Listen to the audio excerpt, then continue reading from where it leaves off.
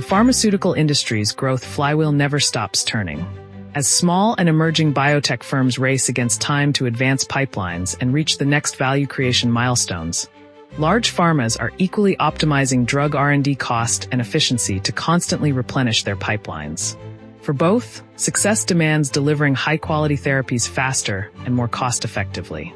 WuXi AppTec's integrated end-to-end CRDMO platform catalyzes this progress, leveraging its comprehensive capabilities to advance innovative ideas into reality.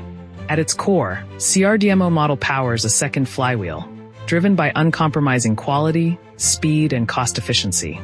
By integrating research, development, and manufacturing, it ensures seamless transitions between each stage. Whether advancing small molecules, tides, or complex conjugates, the CRDMO model provides the end-to-end solution to every innovative project, improving efficiency while maintaining high quality throughout the journey. From accelerating biotech pipelines through critical milestones, to empowering pharmas to streamline R&D for faster access to patients. As a trusted partner of global innovators, WuXi AppTec is robustly propelling sustainable growth for the entire biopharma ecosystem.